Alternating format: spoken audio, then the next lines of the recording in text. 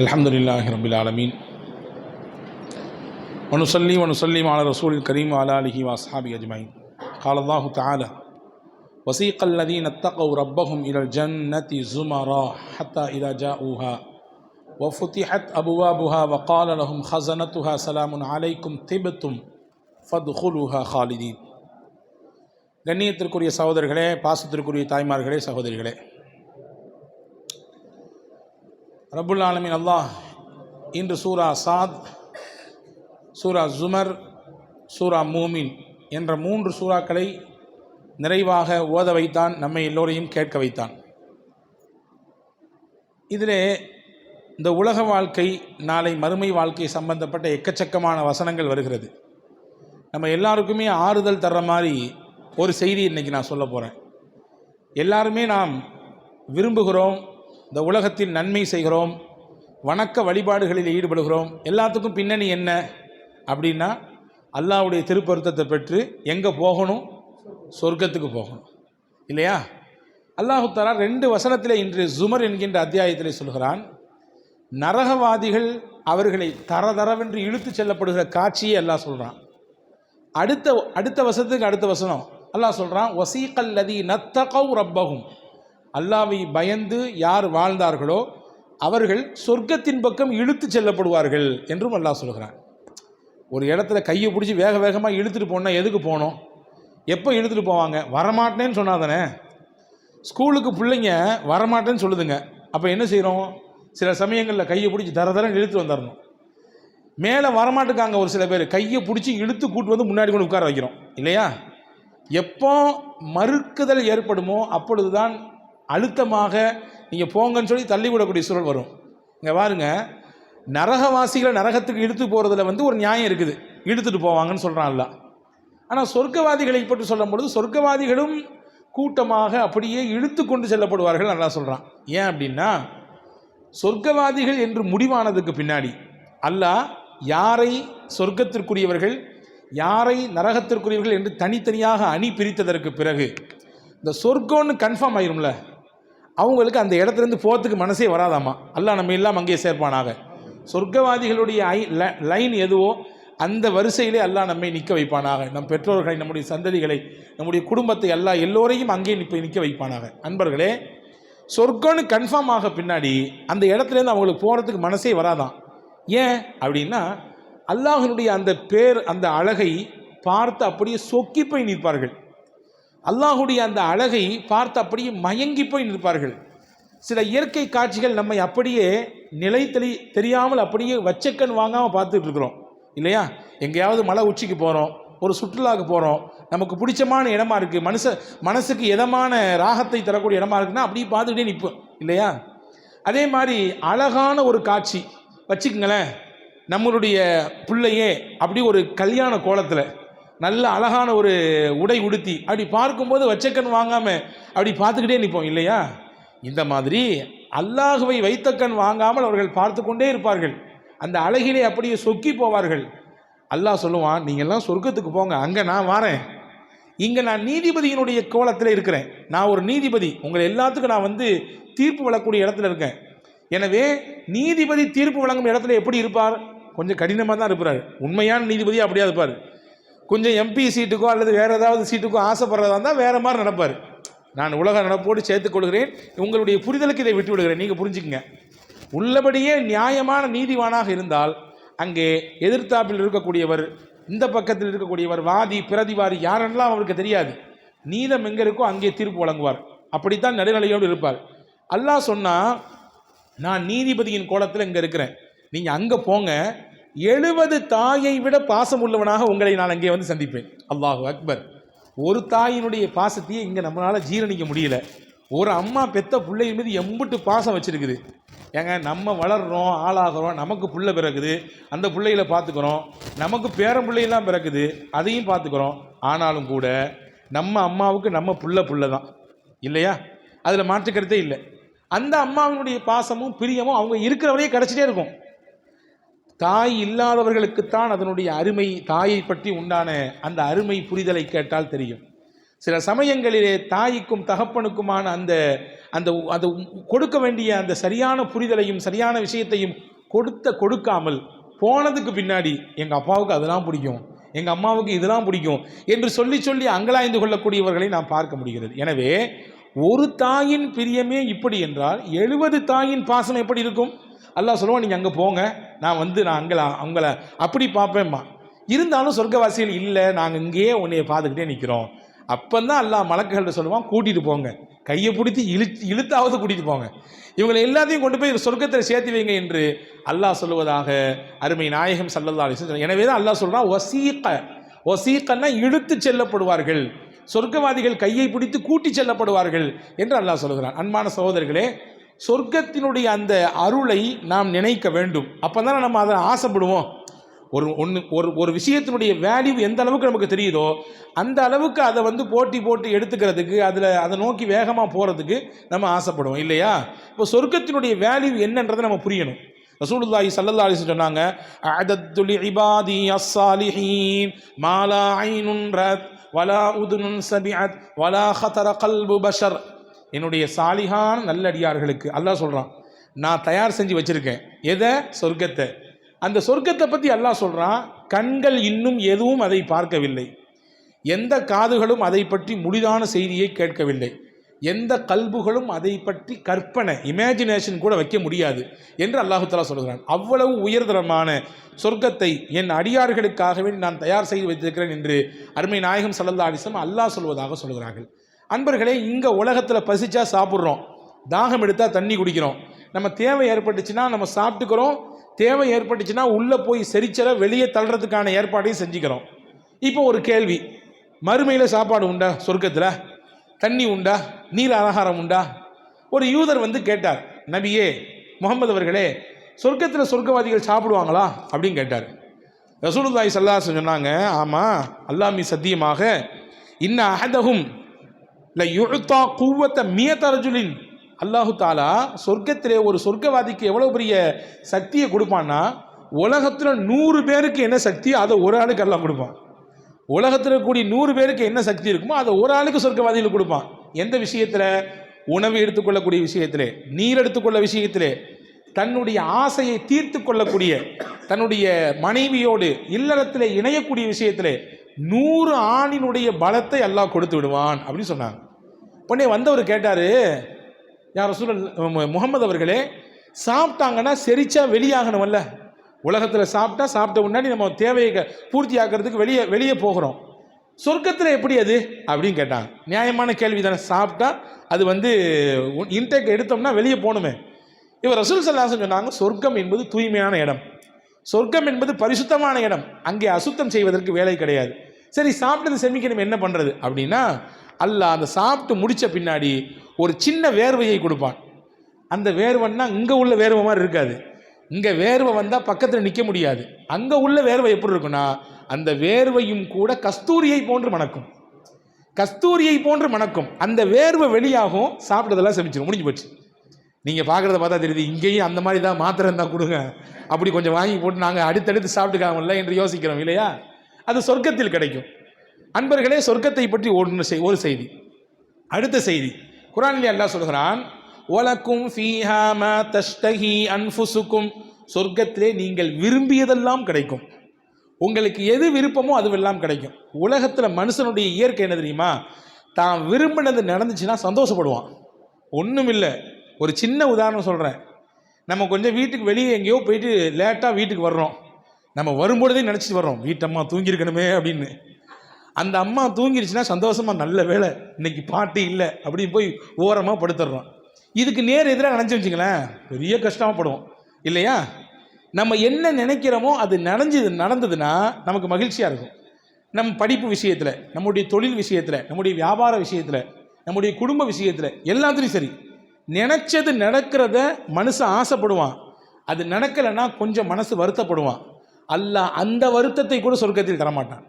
எதுவெல்லாம் நினைக்கிறானோ எல்லாவற்றையும் அல்லாஹ் நாளை மறுமையிலே சொர்க்கத்திலே மனிதனுக்கு தருவான் என்று நபிகள் நாயகம் ஸல்லல்லாஹு அலைஹி வஸல்லம் அவர்கள் சொன்னார்கள். இதாச்சா? அடுத்து, சொர்க்கத்தில் வாரம் வெள்ளிக்கிழமை எல்லாரும் ஒரு சின்ன வாக்கிங் போவாங்க, ஒரு சுற்றுலா மாதிரி போயிட்டு வருவாங்க. அப்படி நடந்து போயிட்டு கொஞ்சம் தூரம் ஒரு கடைவீதி மாதிரி உண்டான ஒரு தொலைவு, அங்கே போயிட்டு திருப்பி வருவாங்க. வீடுகள்லேருந்து போவாங்க, திருப்பி வருவாங்க. இவங்க போகும்பொழுது அந்த சாயங்கால நேரத்தில் ஒரு காற்று அடிக்கும், ஒரு தென்றல் காற்று. அந்த காற்று அவர்கள் மேலே அப்படியே டச் பண்ணிட்டு போகும். போயிட்டு திருப்பி வருவாங்க பாருங்கள்.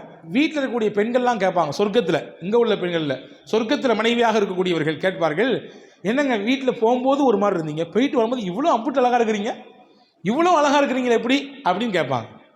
அப்போ இவங்க சொல்லுவாங்க, ஆண்கள்லாம் அந்த பெண்களை பார்த்து, நாங்களும் உங்களை பார்த்து அப்படி தான் பிரமிச்சு போய் நிற்கிறோம், நீங்களும் போகும்போது வேற மாதிரி இருந்தீங்க, இப்போ வந்தோடனே இம்புட்டு அழகாக இருக்கிறீங்களே அப்படின்னு கேட்பாங்க. ரெண்டு பேரும் பரிமாறிக்குவாங்க. இப்படி உலகத்தோடு கற்பனை பண்ணி பாருங்க. இன்னைக்கு எங்கேயாவது வெளியே போயிட்டு வந்தால் மொத்தமும் கரியாகி தான் வீட்டுக்கு வரணும் இல்லையா? நம்ம நல்ல ஒரு உடுப்பு உடுத்திட்டு போனாலும், அதிலும் டூ வீலரில் போகக்கூடிய சூழல் வந்துச்சுன்னா, இன்னைக்கு இருக்கக்கூடிய டிராஃபிக்கு போயிட்டு வீட்டுக்கு வரும்போது கரிசட்டி மாதிரி வந்திருக்கலையா, எங்கள் வீடு வரையே, எங்கே சுற்றுனீங்க என்றதான் கேள்வியாக இருக்கிறது. ஆனால் சொர்க்கத்தில் வெளியே நடமாடக்கூடிய விஷயத்தையும் கூட அல்லாஹ் அழகாக கவர்ச்சிகரமாக அல்லாஹ் ஆக்கி தருவான் என்று நபிகள் பெருமானா ஸல்லல்லாஹு அலைஹி வஸல்லம் சொன்னார்கள். அதே மாதிரி பாருங்க, சொர்க்கத்திலே அல்லாஹ் ஒரு சில நபர்களுக்கு ஒரு வீட்டை கொடுப்பான். அந்த வீடு எப்படி இருக்கும் ரசூலுல்லாஹ் வர்ணிக்கிறாங்க. சொர்க்கத்தினுடைய வீடு என்ன? இங்கே நம்ம எப்படி கட்டுறோம் வீட்டை? செங்கலை வச்சு கட்டுறோம், கருங்கல்ல வச்சு கட்டுறோம், ஹாலோ பிளாக் வச்சு கட்டுறோம், சிமெண்ட் போடுறோம், என்னெல்லாமோ செய்கிறோம் இல்லையா? தேவைப்பட்ட அழகுக்காண்டி டைல்ஸ் இதெல்லாம் போட்டுக்கிறோம். சொர்க்கத்தில் வீட்டுக்கு கட்டுவதற்கு அல்லாஹ் பயன்படுத்துவதற்கு தங்க கட்டியைத்தான் செங்கலாக பயன்படுத்துவான் சொல்லிட்டு சொன்னாங்க ரசூலுல்லாஹ். அந்த வீட்டினுடைய அமைப்பு எப்படி இருக்குன்னா, உள்ளே இருந்து பார்த்தா வெளியே தெரியும், வெளியேந்து பார்த்தா அப்படி உள்ளே தெரியும். கண்ணாடியை போன்று அல்லாஹ் அமைத்திருப்பான். அதனுடைய அழகு அப்படியே அந்த வீட்டை பார்க்கும் பொழுது சில இடங்களுக்கெல்லாம் போகிறோம், சில பில்டிங்ஸை பார்க்கும்போது உள்ளே போயிட்டு ஒரு சுற்றிட்டு வரணும்னு நினைக்க தோணுதா இல்லையா? எப்படிலாம் கட்டியிருக்காங்க, எந்த மாதிரியான ஆர்கிடெக்ட் இது, எந்த மாதிரியான நுட்பம் இது, கலை நுட்பம் இது என்றெல்லாம் பார்த்து வருவதற்கு ஆசைப்படுகிறோம். சொர்க்கத்தில் அந்த வீட்டை பார்த்துட்டு எல்லாரும் ஆசைப்படுவாங்க. ரசூல் ஸல்லல்லாஹு அலைஹி வஸல்லம் சொன்னாங்க, அல்லாஹ் யாருக்கு தெரியுமானதை கொடுப்பான்? 4 பண்புள்ள உள்ள மனிதர்களுக்கு அல்லாஹ் கொடுப்பான். லிமன் அத்அமத்ஆம், ஏழைகளுக்கு உணவு கொடுத்தவர். வ அலானல் கலாம், தன்னுடைய பேச்சை ரொம்ப நளினமாக சாஃப்டாக பேசக்கூடியவர், ஹார்டான வார்த்தைகளை அவர் பயன்படுத்த மாட்டார், ரொம்ப சாஃப்டாக பேசக்கூடியவர். வ தாபி சியாம், நோன்பு வைக்கக்கூடியவர். 4வது சொன்னாங்க, வ சல்லல் லைல் வன்னா சுனியாம், இரவின் ஓரப்பகுதியிலே தொழுதவர், தஹஜ்ஜத் தொழுதவர். இந்த 4 பண்பு இருக்கக்கூடியவர்களுக்கு அல்லாஹ் அப்படி அழகான வீட்டை, கண் கவரக்கூடிய வீட்டை தருவான் என்று நபிகள் பெருமானா ஸல்லல்லாஹு அலைஹி வஸல்லம் சொன்னாங்க. ஆக சொர்க்கத்தினுடைய எல்லா விஷயமுமே நமக்கு சந்தோஷத்தையும் மகிழ்ச்சியும் தர்றது தான். இங்கே நமக்கு என்ன செய்தின்னா, சில பண்புகளை பற்றி குர்ஆனும் அருமை நாயகம் ஸல்லல்லாஹு அலைஹி வஸல்லம் சொல்கிறார்கள். அது உங்களிடத்தில் இருக்கும் பட்சத்தில் நீங்கள் சொர்க்கத்துக்கு தகுதி உள்ளவங்க மாறலாம். அதை தான் இன்னைக்கு நம்ம பார்க்க போகிறோம். 5 விஷயத்தை மட்டும் சுருக்கமாக 5 நிமிஷத்தை சொல்லிடுறேன். 5 பண்புகளை சொல்ல போகிறேன். இது நம்மிடத்தில் இருந்தால் இங்கேயே நீங்கள் கன்ஃபார்ம் பண்ணிக்கலாம், அல்லாஹ் நமக்கு சொர்க்கத்தை தருவான். ஃபர்ஸ்ட் ஒன் என்னது அப்படின்னா, பிறருடைய கஷ்டத்தை மதிக்க வேண்டும். பிறர் படுற சிரமத்தை கொஞ்சம் நம்ம கருத்தில் கொள்ளணும். அப்படி கருத்தில் கொண்டால் நிச்சயம் அல்லாஹ் நமக்கு சொர்க்கத்தை வழங்குவான். ஹதீஸிலே வந்திருக்கிறது, முஸ்லிம் ஷரீஃபிலே அபூ ஹுரைரா ரலியல்லாஹுடைய அறிவிப்பாக வந்திருக்கிறது. நாளை மறுமையிலே அல்லாஹு தஆலா எல்லோரையும் விசாரிப்பான். விசாரிக்கும்போது ஒருவரை பார்ப்பான், அவனிடத்திலே நன்மையே இருக்காது, அறவே நன்மை கிடையாது. ஏதாவது நன்மை இருக்கா தேடிப்பாரு. பள்ளியாசலுக்கு மழை காலத்திலேயாவது ஒதுங்கிருக்கியா கொஞ்சம் பாது, எதுவுமே இல்லையா அல்லாஹ். கடைசியில் பார்த்தா ஏதாவது யோசிச்சு பாருப்பா, ஏதாவது இருக்குதா? அவன் சொல்லுவான், இறைவா ஒரே ஒரு விஷயம் என்னிடத்தில் இருக்கிறது. என்னப்பா அது? இல்லை, நான் மக்கள் கடன் கேட்டால் கொடுப்பேன், எனக்கு கொஞ்சம் எல்லாம் காசை கொடுத்து வச்சுருந்தான், யாராவது கஷ்டப்படுறாங்க கேட்டாங்கன்னா கொடுப்பேன். சரி, அடுத்து என்ன செய்வேன்? சில சமயங்களில் கடனை வாங்கினவர் திருப்பி அடைக்க முடியாமல் இன்னும் 1 மாதம் தவணையை கூட்டிட்டாங்களேன்னு கேட்பார். அவர் சூழலை கவனித்து நான் கூட்டி கொடுப்பேன், 1 மாதம் எடுத்துக்கோ, 2 மாதம் எடுத்துக்கோ பரவாயில்ல. இன்னும் சில பேர் வருவாங்க, நான் கடனில் கொடுக்க முடியாமல் முங்கிட்டேன், என்னால் கொடுக்கவே முடியல, என்ன பண்ணுறது, அப்படி திவாலாகி போச்சு மொத்தமும், என்கிட்ட இப்போ எதுவுமே இல்லை, மஞ்சள் நோட்டீஸ், நம்ம கணக்கில் மஞ்சள் நோட்டீஸ் காட்டுற மாதிரி நிற்பார். ஒன்றுமே இல்லை, ஏமாத்தலை, உண்மையிலேயே அவர் உள்ளபடியே ஏமாந்து போய் நிற்கிறார். அப்போ நான் சொல்லுவேன், பரவாயில்லப்பா போ, நான் உனக்கு கொடுத்த கடனை தள்ளுபடி பண்ணிட்டேன், ரத்து பண்ண போயிட்டு வா அப்படின்னு சொல்லுவேன். அப்போ தவணையை கூட்டி கேட்டவர்களுக்கு தவணை கொடுப்பேன், ஒன்றுமே முடியாது, திருப்பி அடைக்க முடியாது என்று கையேறு நிலையிலே கையை பிசைந்து நிற்கக்கூடியவருக்கு நான் அந்த கடனை தள்ளுபடியே செய்து வருவேன். அல்லாஹ் இந்த ஒரு குணத்தை பார்த்து சொல்லுவான், இது என்னுடைய குணமாச்சே, பிறருடைய கஷ்டத்தை பார்த்து அதுக்கு தகுந்த மாதிரி நடவடிக்கை எடுத்திருக்கேன்னா அது என்னுடைய குணமாச்சே, இந்த குணம் உன்னிடத்தில் இருந்தால் உன்னை நான் சும்மா விடுவானா, போ சொர்க்கத்துக்கு நல்லா சொல்லுவான். அப்போ பிறருடைய கஷ்டத்தை நாம் புரிய வேண்டும், நம்மால் என்ன முடியுமோ அதை செய்ய வேண்டும். செய்தால் இந்த குணம் இருந்தால் நிச்சயமாக நாம் சொர்க்கத்திற்கு போகலாம். ஒன்று. ரெண்டாவது முக்கியமானது, நமக்கு எத்தனையோ பேர் எவ்வளவோ சமயங்களில் ஏதாவது இடைஞ்சல் கொடுத்துருப்பாங்க, கஷ்டங்கள் கொடுத்துருப்பாங்க, 4 வார்த்தை பேசியிருப்பாங்க, குறிப்பாக உறவுகளை எதையாவது நோண்டி விட்டுருக்கோம், சுரண்டி விட்டுருக்கோம், நிறைய காயப்படுத்திருக்கோம், நிறைய ரத்தத்தை வாங்கியிருப்பாங்க, குடிச்சிருப்பாங்க, எல்லாம் நடந்திருக்கும். நடக்கிறது தான், நடக்காமல் இல்லை, உலகம்னா எல்லாம் நடக்கும். அதையே மனசில் வச்சுட்டு காலத்துக்கும் தீதார் கூட என்னை பார்க்க வரக்கூடாது என்றெல்லாம் சொல்லிட்டு அலையக்கூடாது. சில நேரங்களில் ஏற்பட்ட அந்த வலியும் வேதனையும் நினைத்து கொண்டே எத்தனை நாள் தான் வாழுவது? அந்த பாரத்தை கீழே இறக்கி வைத்து விட்டு அல்லாவுக்காக வேண்டி மன்னித்து விட்டு கடந்து போங்கள். அல்லாஹ் உங்களுக்கு சொர்க்கத்தை தருவான். பெருமானா ஸல்லல்லாஹு அலைஹி வஸல்லம் சொன்னார்கள், நாளை ரசூலுல்லாஹ் சஹாபா கூட பேசிட்டு இருந்தாங்க. சரி, பேசிட்டே இருக்கும்போது திடீர்னு ரசூலுல்லாஹ் தானாக சிரிக்கிறாங்க. சஹாபாக்கள் கேட்டாங்க, யார் ரசூலுல்லாஹ் அங்கே எதுவுமே நகைச்சுவை பேசப்படல, நீங்கள் தனியாக சிரிக்கிறீங்களே, என்ன காரணம்? அல்லாஹ் ஒரு செய்தி சொல்லி அனுப்புனா அந்த நிகழ்ச்சியை நினைக்கும் போது சிரிப்பு வந்து போச்சு. என்ன நாயகமேன்னு கேட்டாங்க சஹாபாக்கள். இப்போ ரசூல் சொன்னாங்க, நாளை மறுமையில் 2 பேர் அல்லாஹ்வுடைய சன்னிதானத்துக்கு வருவார்கள். 2 பேரில் ஒருத்தவர் இன்னொருத்தருக்கு அநியாயம் பண்ணியிருப்பார். இன்னொருத்தவர் இவரால் பாதிக்கப்பட்டவர். புரியுதா உங்களுக்கு? ஒருத்தவர் ஏதோ பிரச்சனை கொடுத்துருக்காரு, இன்னொருத்தவர் இவரால் பிரச்சனையை வாங்கி கொண்டவர். இந்த பிரச்சனையை வாங்கிட்டார்ல, அநியாயம் செய்யப்பட்டவர், அல்லாஹ்ட்ட சொல்லுவார், யா அல்லாஹ், இவன் இப்படிலாம் பண்ணிட்டான், என் காசெல்லாம் மொத்தத்தையும் ஆட்டையை போட்டான், என்னை அப்படி எப்படிலாம் அவமானமாக பேசிட்டான், என்னை ரொம்ப துன்பப்படுத்திட்டான், துயரப்படுத்திட்டான் என்று சொல்லிட்டு அடுக்கடுக்காக குற்றச்சாட்டை அல்லாஹ் முன்னாடி வைப்பான். அல்லாஹ் எல்லாத்தையும் கேட்டு, சரிப்பா சரிப்பா சரிப்பா, இப்போ இன்னைக்கு நியாயத்திற்குரிய நாள், நியாய தீர்ப்பு நாள், இது நிச்சயமாக நியாயம் உண்டு, நேர்மை உண்டு, கரெக்டாக தீர்ப்பு கொடுக்கப்படும். அதுக்கு முன்னாடி ஒரு சின்ன விஷயம், உனக்காண்டி நான் ஒரு விஷயம் வச்சுருக்கேன், அங்கே போய் பார்த்துருவாங்க அப்படின்னு நல்லா அனுப்புவான். யாரை? இந்த பாதிக்கப்பட்ட மனிதனை. இவன் போவான், அங்கே ஒரு பிரம்மாண்டமான வீடு, அந்த பார்த்துட்டு அப்படி சொக்கி போய் அப்படி அல்லாட்ட ஓடி வருவான். வந்து, யா அல்லா, இது யாருக்குரிய வீடு, இவ்வளோ அழகா நீ ரெடி பண்ணியிருக்கிய, இந்த வீட்டை பார்த்தாலே அங்கே போய் படுத்து கிடக்கணும், அங்கே தூங்கணும், அங்கே வாழணும்னு என்ன தோணுது?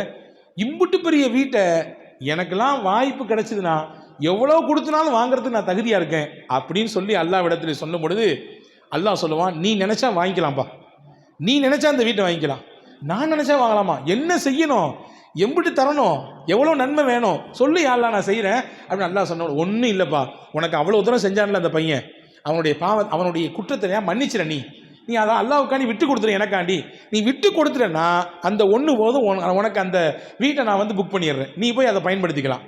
உடனே அல்லாஹ்விடத்தில் இந்த அடியான் சொல்லுவான், யா அல்லாஹ், இவனால் நான் எவ்வளவோ துன்பப்பட்டிருக்கிறேன், ஆனால் சொர்க்கத்தில் இவ்வளோ பெரிய பிரம்மாண்ட மாளிகை எனக்கு உண்டு என்றால் அதற்கு நான் இவனை மன்னிக்க வேண்டும் என்றால் இதை விட எனக்கு வேற என்ன இருக்கிறது? இதை தூக்கி நான் எங்கேயுமே சுமக்க முடியும்? விட்டு தொலைகிறேன், மன்னிச்சிடுறேன், இறைவன் எனக்கு அந்த வீடு வேணும். அல்லாஹு தாலா சிரிப்பான். இவனுடைய பதட்டத்தை பார்த்து, இவனுடைய ஆர்வத்தை பார்த்து அல்லாஹ் சிரித்து கொண்டு 2 பேரையும் சேர்த்து மொத்தமாக மன்னித்து 2 பேரும் போங்கப்பா, உள்ளே போய் இருக்கப்பான்னு சொல்லி அல்லாஹ் அனுப்புவான். பெருமானா ஸல்லல்லாஹு அலைஹி வஸல்லம் சொன்னார்கள், இந்த காட்சியை பார்த்து அல்லாஹ்வே சிரித்தான், எனவே நானும் சிரித்தேன் என்றார்கள் பெருமானா ஸல்லல்லாஹு அலைஹி வஸல்லம். அப்போ மன்னிப்பு அதுதான் நம்மை சொர்க்கத்திற்கு கொண்டு போய் சேர்க்கும். உறவுகளில் எவ்வளவு பிளவு இன்னைக்கு இருக்கிறது, சொல்லி மாளாது, பெரிய பட்டியல் போட வேண்டும், ஒவ்வொரு குடும்பத்திலும் இருக்கிறது. நீங்கள் ரொம்ப ரொக்கம் அப்படின்னு நம்ம கேட்க முடியாது யாரையும், எல்லாத்துக்கும் இடையிலும் ஏதாவது ஒரு பிரச்சனை இருக்கிறது. எனவே அதை தூக்கி கொண்டே சுமக்க வேண்டாம், வாழ்நாள் முழுக்க அதை தூக்கி கொண்டே சுமக்க வேண்டாம். என்றாவது ஒரு நாள் திடீரென்று நமக்கு மரணம் வந்துவிட்டால் நீங்கள் புரிந்து கொள்ளுங்கள் பெருமக்களே, யாரோ ஒருவரோடு நாம் பேசாமல் மரணிக்கிறோம் என்றால் அது எவ்வளோ பெரிய கஷ்டத்தை கொடுக்கும். யாருக்கெல்லாம் கஷ்டத்தை கொடுக்கும்? அந்த பேசாமல் இருக்க அவருக்கு வலிக்குமா இல்லையா? பேசாமையே இருந்து கடைசியில் போயே சேர்ந்துட்டார். அவர் என்னோட உறவே இல்லாமல் இருந்தார், போய் சேர்ந்துட்டார் அல்லாஹ்ட்ட. இப்போ அவருக்கும் எனக்குமான உறவு முடிஞ்சு போச்சு, நாளைக்கு மறுமையிலலாம் அவரை பார்க்கணும். வலிக்குமா வலிக்காதா? எனவே அன்பர்களே, தூக்கி இறக்கி போடுங்கள் கீழே அல்லாஹுக்காக. நீங்கள் நினைக்கலாம், நீங்கள் சொல்லலாம், வலி உங்களுக்கு வந்தால் தெரியும் ஹஜ்ரத், நாங்கள் அவ்வளோ வலி, நாங்கள் வேதனைப்பட்டிருக்கோம். எல்லாருக்கும் இந்த வார்த்தை உண்டு, நான் மாற்றுக்கருத்து சொல்லவில்லை. அந்த வலியையும் வேதனையையும் சொர்க்கத்தை வைத்து நீங்கள் பாருங்கள். வலி பெருசா, வேதனை பெருசா, சொர்க்கம் பெருசா, அதனுடைய அருள் பெருசா என்றால் நான் சொல்வேன், சொர்க்கமும் அருளும் தான் பெரிது. எனவே அதை அடைய இதை விட்டு தள்ளுங்கள்.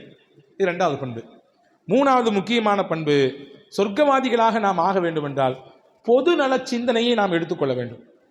ஒன்றும் இல்லை, பாதையில் நடந்து போய்கிட்டு இருக்கிறோம், பாதைக்கு இடைஞ்சலாக சில பொருட்கள் கிடக்குது, ரசூலுல்லாஹ் சொன்னாங்க அதை அப்புறப்படுத்தி போடுங்க.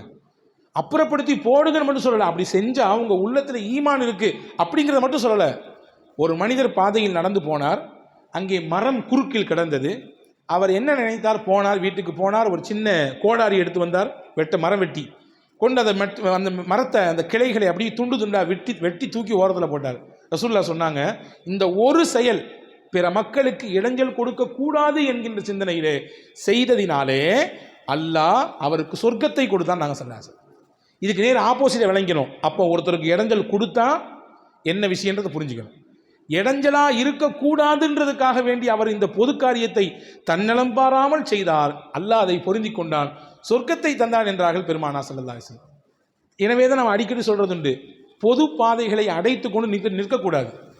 ரசூலுல்லாஹ் சொல்லியிருக்காங்க, வழிபாதையில் நீங்கள் இடைஞ்சலாக நின்று பேசக்கூட செய்யாதீங்கன்னாங்க. பொது பாதை இருக்குன்னா அங்கே நின்று பேசிட்டு இருக்கக்கூடாது, பொது இடத்துல நின்று இருக்கக்கூடாது. அங்கே 4 பேர் வருவாங்க, பெண்கள் வருவாங்க, இப்போ மற்ற நபர்கள்லாம் வருவாங்க, அது இடைஞ்சலாக இருக்கும் உங்களுக்கு.